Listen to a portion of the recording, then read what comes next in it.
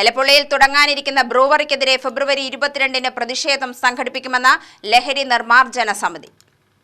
സർക്കാരിന്റെ ലക്ഷ്യം റവന്യൂ വരുമാനമാണെങ്കിൽ മദ്യം കൊണ്ടുള്ള ആരോഗ്യ സാമൂഹിക പ്രശ്നങ്ങൾ തീർക്കാൻ മദ്യത്തിൽ നിന്നുമുള്ള വരുമാനം മതിയാവില്ലെന്നും സംസ്ഥാന വൈസ് പ്രസിഡന്റ് സയ്യിദ് സുഹൈബ് തങ്ങൾ വാർത്താസമ്മേളനത്തിൽ പറഞ്ഞു. നമ്മുടെ കേരളത്തിന്റെ ആരോഗ്യ രംഗത്തേക്കുള്ള ശക്തമായ പ്രഹരങ്ങളാണ് ഞാൻ പറയാനുള്ളത്. ലഹരി നിർമ്മാർജ്ജന സമിതി കഴിഞ്ഞ സീസണിൽ വിൽപ്പന നടത്തിയ മദ്യത്തിന്റെ കണക്ക് നമുക്കറിയാം. 762 കോടിയിലധികം രൂപയുടെ മദ്യമാണ് കഴിഞ്ഞ സീസണിൽ വിൽപ്പന നടത്തിയിരിക്കുന്നത്.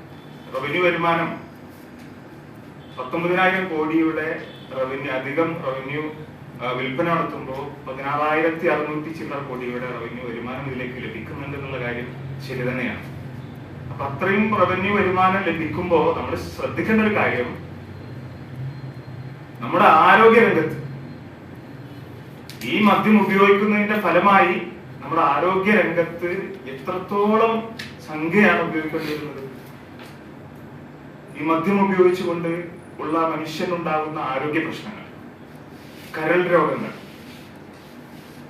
ഒട്ടനവധി പ്രശ്നങ്ങൾ, അതുപോലെ അപകടങ്ങൾ, സാമൂഹിക ശിഥിലതകൾ, ജനിതകമായ പ്രശ്നങ്ങൾ, ഇതൊക്കെ ഉപയോഗിച്ചുകൊണ്ടിരിക്കുന്ന തലമുറ ഉണ്ടാകുന്ന പുതിയ നമ്മുടെ നാട്ടിൽ ജനിക്കുന്ന തലമുറക്കുള്ള ജനിതക പ്രശ്നങ്ങൾ, ഇതൊന്നും ഈ വരുമാനം കൊണ്ട്, ഈ റവന്യൂ വരുമാനം, ഇത്രയും തുക റവന്യൂ വരുമാനം പറഞ്ഞല്ലോ, ഈ റവന്യൂ വരുമാനം കൊണ്ട് ഇതൊന്നും പരിഹരിക്കാൻ കഴിയും.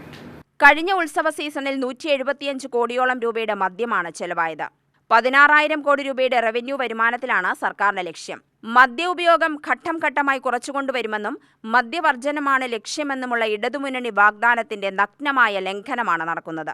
വിപണന രംഗത്ത് മാത്രം നിന്ന കേരളം മദ്യ ഉൽപാദന രംഗത്തേക്ക് കൂടി കടക്കുന്നത് ദൂരവ്യാപക പ്രത്യാഘാതമുണ്ടാക്കും. മദ്യ ഉപയോഗത്തിൽ ഉണ്ടാവുന്ന കുടുംബ സാമൂഹ്യ ശൈഥില്യങ്ങൾ, ആരോഗ്യ പ്രശ്നങ്ങൾ, ജനിതക വൈകല്യങ്ങൾ എന്നിവയൊന്നും സർക്കാർ പരിഗണിക്കാത്തത് കടുത്ത അനീതിയാണ്. എലപ്പുള്ളിയിൽ നടക്കുന്ന പ്രതിഷേധം MP VK ശ്രീകണ്ഠൻ ഉദ്ഘാടനം ചെയ്യും. President Hameed Haji, general secretary KT Jaleel, Muhammad Shafan എന്നിവരും വാർത്താസമ്മേളനത്തിൽ പങ്കെടുത്തു.